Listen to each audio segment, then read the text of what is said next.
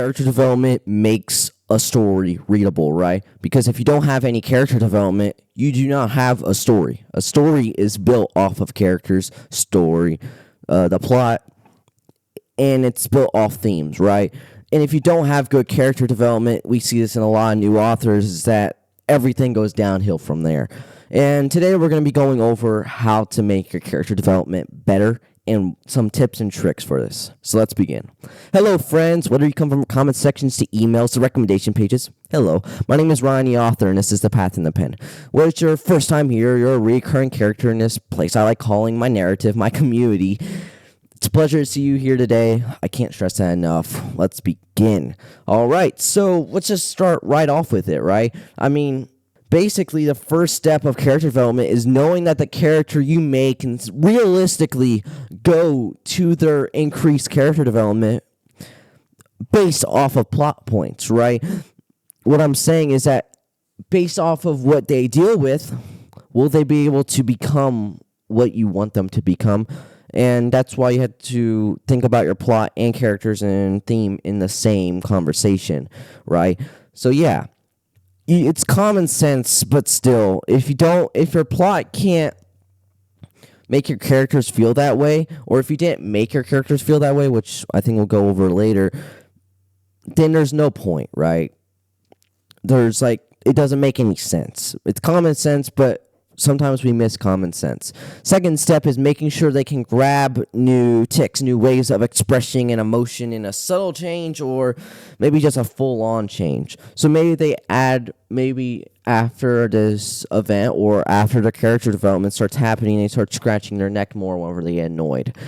Maybe they still have their previous things, or maybe they only scratch their neck now when they get annoyed, or maybe they also have the stuff that they had before the character development, which is like rubbing their ear whenever they get annoyed, right? Just trying to get that noise out of their ear, right? So that's what I mean, is that you got to add new tics so you can add more depth to your character, so then you can make the character development get processed in a way better way. All right. The third step is to make sure that you foreshadow on these changes or these slight tweaks that reveal and make the reader subconsciously think, okay, yeah, that makes sense. What I mean by that is that, think about it. You're going to want to foreshadow slightly. It's whenever you look at my story, right? I'm not going to spoil anything, but I subtly integrate either plot point foreshadowing or, most importantly, character development foreshadowing, right? You give that hint of why they can go off the deep end, and that's how you can save yourself sometimes, by subtly hinting instead of changing your whole entire plot to fit your character. If you subtly hint and change their personality in a way that can be changed into the way you want them to, and it doesn't matter about the plot, I mean, something little can just set them off. If you want to make them that crazy, then go for it. I mean, that's what I mean for that, right? And fourth step, searching for revenge shouldn't be your only character development. That is not complete depth, right? Okay, maybe that they inwardly, you have to add irony, add all this other stuff. Maybe inwardly they want peace to exist, so they want revenge to end the suffering of many others, right? That's a hero's mindset. So he has to be able to kill to end up doing this act of revenge.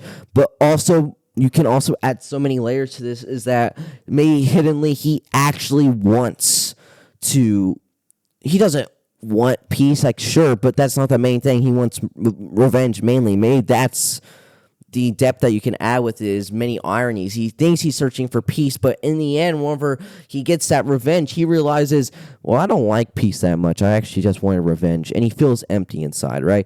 Or she, whatever. And, I mean, and there's also, revenge can come from many different ways. These feelings of revenge, they can't come from just murder, right? Murder is like one of the only things. But if you have a cocky character, right? He's out of his mind, he's arrogant, he has a big ego. If he gets his ego bruised, I think a good representation is King Joffrey from Game of Thrones. Whenever you see that ego get bruised and he wants to plot revenge because you just humiliated him, how dare you, right? I mean, yeah, basically, right? It all depends on your character, and I can't stress this enough is that there are like four different types of characters. Also, manipulation is another way that revenge can come through. They get manipulated, they want revenge. And it's mind games, it's mental games, it's spiritual games. That's how revenge can come about. But you also have to add other things. And by other things, I mean that revenge isn't their only character development, right? So they have to also have, let's just think of, trying to think of someone off the top of my head. They also want to character develop into a better person on the inside, which is transitioning kind of to like the fourth step in knowing your character. It's just knowing your character, right? No, fifth step. Fifth step is just knowing your character. And what I mean by this is that there's four different types, or four or five, of your character, right? You have the what they do outwardly to everyone. So they could either be really quiet, and then whenever they get to know personal family, that's another one, right? That's another face that they have. So then maybe they talk a lot more. Maybe they're actually an extrovert whenever they act like an introvert. Common trope. And then you go on to 3, what they think in the inside they actually are, right? What they think. And this means they could actually think they're arrogant, they could get down on themselves, and you can add a lot of depth with this where they're actually a nice person, but they think they're prideful, so they get down on themselves even more. Just a tip there, but or the fourth one, which is basically who they are actually, right? Or this hidden self of themselves, the true self of them coming out. And if you haven't read First Law, the spoilers ahead, right? You just skip ahead. If you haven't read First Law trilogy, if you haven't read The Blade itself, Let Them Be Hanged, and what was the Argument of Kings, right? Last Argument of Kings. If you haven't read these, then Logan Nine Fingers, right? Outwardly, he is known as the Bloody Nine, this psychopath, killer, all this. And then whenever he's closer with people, he's actually kind of philosophical, right? He's actually this person. I love the First Law trilogy, by the way. I'm going through the Age of Madness trilogy. Anyway, I'm sorry, I was excited. But whenever he gets closer to people, even on the outside, he's a lot more philosophical and he's a lot more kind. All right? And then you skip to who he thinks he's on the inside. He thinks he is a misunderstood person and he really wants to get peace. He wants to stop fighting. But then you get that hidden self and we realize that the hidden self is actually the Bloody Nine, right? It happens. Okay, so basically if you skip right here, 8 minutes up. Okay, no spoilers. But 6th step, I think that's what we're on, right? Now we're going to the 6th step. And the 6th step is know your character. This is how you know your character even more. A fun way of doing this is like making someone. It's just making a scene, okay? So if we're going through every single character, put your character through this exact scene. Okay, they're in a battlefield, and then they lose their arm, right? Sarcastic ones are going to try laughing them off, and most people are going to try laughing it off or end up screaming, right? Sarcastic ones are going to actually laugh it off. If he's sarcastic in the inside and joking, then he's going to do so, right? He's going to laugh it off, and he's going to be in that stage of denial until he realizes, oh yeah, my arm's off. But if he's still, but if inside he's like Leo Valdez, right? Like he's really sarcastic and joking, but then on the inside, spoilers ahead, that, he isn't so much of that, right? He's depressed and all that, kind of crazy. But if there's people still around watching him, he's going to throw another joke out there, right? But if it's only him, he's going to lose it, right? And you got to think about all these other ones, right? You just got to insert your character in a losing the arm scene, in a traumatic experience, putting them all through the same exact scene so you can learn what they do in all circumstances. And you only have to do this like once or twice, and you can learn your character so much more. And I would say about 50 pages, you could learn less from doing doing this exercise like once or twice, right? It's just a fun way of doing it and learning your characters more, and it's what I did. Now that I look at my draft 2 or whatever. Sorry if you heard my stomach growling. For my draft 2, now I can improve it right with editing because I know my characters because of that. And you just got to think about this. What would the rageful one do, right? He would absolutely just go ham, and you gotta realize, like, what type of rage does he have? Does he have that adrenaline rage where he won't feel his arm off? And he'll look down and he'll try swinging it, and it's like, oh yeah, I don't have my arm. What would the tragic poet type character do, right? Where you go, oh no, my arm, it's lost, and they start reciting like a poem, like, thy arm is. I can't think of anything on top of my head. 1 second.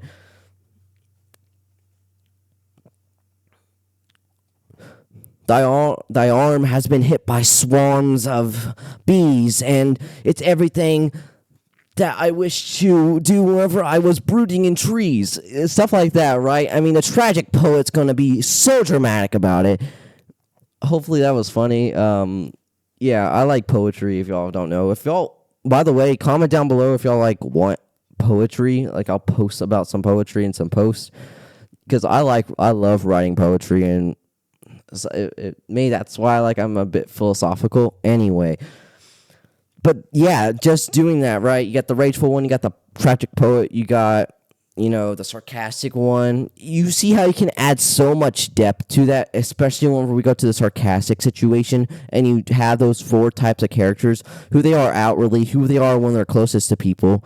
And sometimes it's only subtle between the first and second, right? So they outwardly, there's only a subtle change from outwardly to people they're close to, right? Maybe they're not even that vulnerable, but inside, who they actually are, their hidden self, and who they think they are. And yeah, that's why you can get so much depth off your characters, is just doing that little 4, right? Your characters are squares, if you think about it in that way. Just think about the square method, okay? And you can learn so much about your characters doing this, and I hope y'all do, because it has helped me out so much with my editing and finding out my characters and knowing what words my characters would use in this situation. Of course, if I allowed cussing in my book, which my book doesn't cuss, my novel, if I allowed cussing, I know exactly what some of the words my characters would say, right?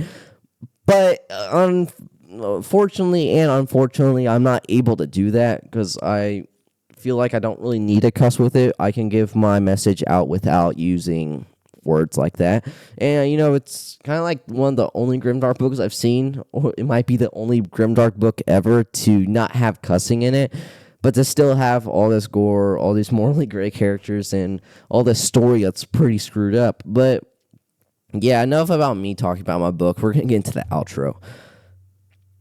So that's how you get characters. I know if y'all have any questions in the comments, I can't say this enough. I'm going to say this, I said I can't say this enough. I appreciate all of y'all, and I love it whenever people comment down below and they're like, I need help on this, or what should I do better in this situation? Cool, I'll write a full-on essay for you on what you can do to improve. I might only be 16. I might not know that much about writing, but any viewpoint is different.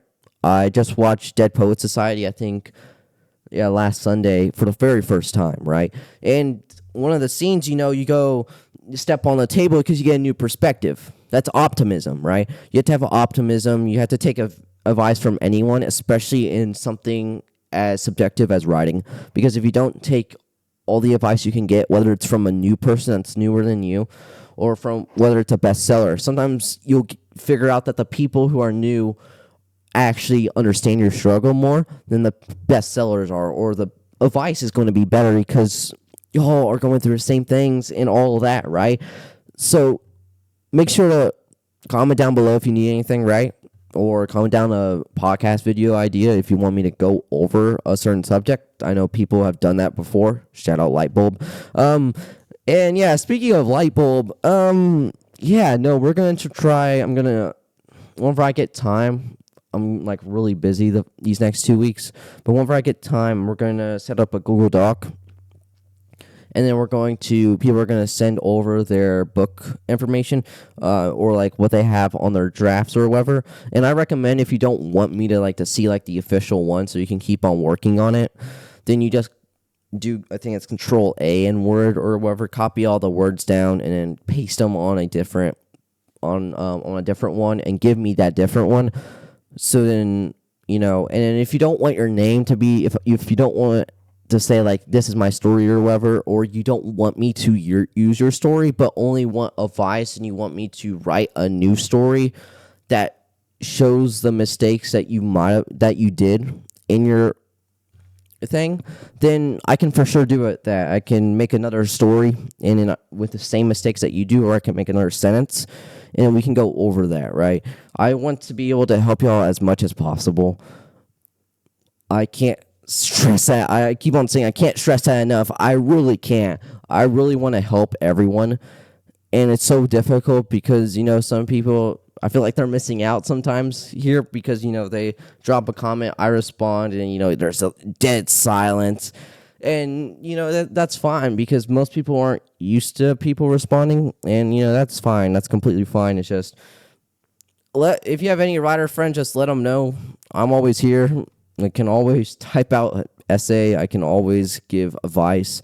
And if you don't want to be included in a video and you want to be a more personal experience with your novel, in my channel description, it should have my my email, right? So email me. We can have private conversations there on your novel, or we can just, talk, right? I've done that multiple times. What was it? 3 technically. 2 people I actually like talking to, right? Third person was a collab gone wrong, but yeah, didn't respond. No offense to them if they're still watching. You take care. I don't mind. But yeah, I'll stop talking. I feel like over half this video is gonna be the outro, but I just had to explain all of that. And if y'all are up for the idea, let me know, and yeah, I'll get back to y'all on that. But I'll let y'all go. Don't want to waste any more of your time. This is 17 and a half minutes. Probably going to be close to 18 by the time I get done talking. But y'all have a great day. Keep writing. Keep being consistent. Keep being you. Be comfortable in your own skin. You got to change things inward before you change things outwardly. And that's about it. That's my memo. That's my philosophy. And if y'all want poetry, I will post poetry. But if not, I don't care. But yeah, y'all take care. Y'all have a great day.